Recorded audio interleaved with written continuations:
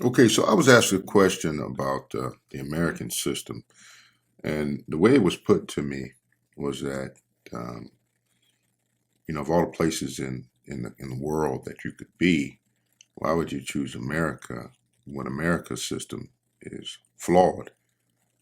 Um, Things could be better here in this country. You know, as far as the way minorities are treated, as far as the way people with a lower socioeconomic status are treated, as far as the way women are treated. The list goes on and on and on. And then the bottom line is America is far from perfect. So how could you even support the American system? How could you ever say that America was ever great? Um, how could you say it's possible to make America great again? How could you even subscribe to any of that stuff? And when I thought about that question, I said, great question. But I guess my initial response, my first answer would be, where else would you rather live? Because if I had to choose any country in the world at this point in my life, it would probably be America. And if I did live, physically live somewhere else for a time, I would never give up my American citizenship. I would never strive to become a citizen of another country because I believe being a citizen of the United States has the most advantages and puts me in the best situation. But let's think about that word system for a second, right? A system, um, no system is perfect. Some systems are better than others, but no system is perfect. There are always flaws introduced into a system. We call those variances introduced into processes. There is no perfect process. At some point, there's going to be a defect. And what makes a system great is if there are things that are built into that system to correct these defects. In other words, imagine a system that's designed in such a way that it knows that there will be variances. The people who design this system know that there will be variances, know that there will be defects, and have put mechanisms. Imagine this is a machine, and there are mechanisms in this machine that can help the machine fix itself. Now, would you rather be a part of or within a system or operate within a machine, whatever you want to call it, that when it breaks, it's just broken and someone has to come from the outside to fix that machine? Or would you rather be operating within a machine that's designed to fix itself? If you had an automobile, if it was possible, would you rather have a car that when it breaks, it just breaks? It might give you a warning light, but you have to call a mechanic each time. Or would you rather have a vehicle that can make adjustments to fix itself? Wouldn't that be awesome? Wouldn't that be pretty cool?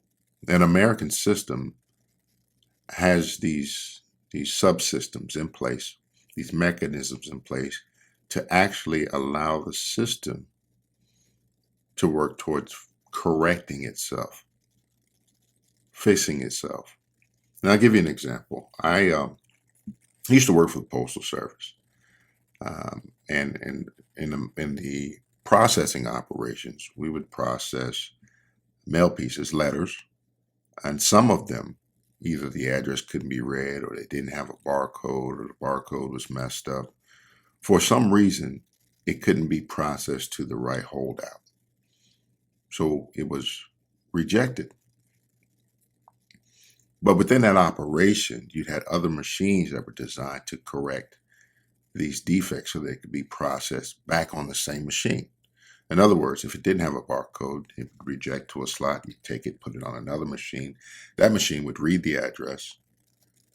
It would then create a barcode, print the barcode on the mail piece, And then all these mail pieces that had barcodes printed on them were sent back to another machine, which would then process them the way they're supposed to be processed, and they would go where they're supposed to go.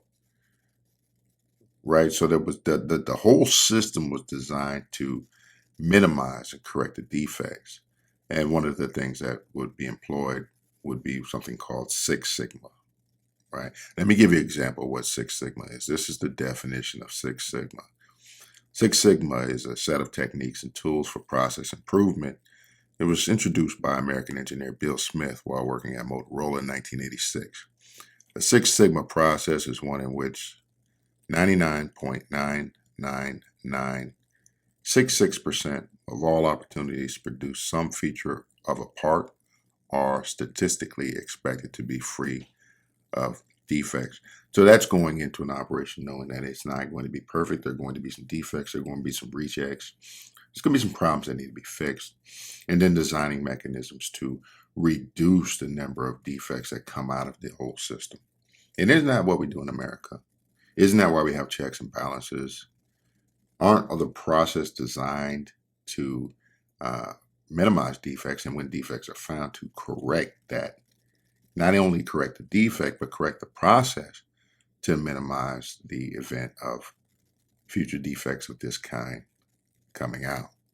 That's why I believe that American system is the best system. As simple as that. It's not perfect. No system is perfect. But what we do have is a system in place to try to minimize the defects and fix the problems that are within it over time. I don't see any other place on the planet that does it better than America, despite what we see and hear on the news. So that's why I believe in the American system. That's why I, even though it's not perfect, would prefer to live under the American system than any other system anywhere else in the world. So there you have it. The American system, not perfect, but good and getting better. What do you think about that? Do you think that there's somewhere else better that you would rather be? And if so, let me know in the comment section below. I will leave you with one question though. It's a big question. If you believe that anyone else does it better anywhere else, why aren't you there? I would go. I would take advantage of it. I'd be on the first thing smoking to a land of better opportunity. In any case, thanks for hanging out with me. Make sure that you press that thumbs up button so that we can help this video be shared with other people who may be interested in the topic. And if you haven't, make sure you subscribe, hit the little bell notification so that you are informed when I produce more content. Take care, guys, and peace.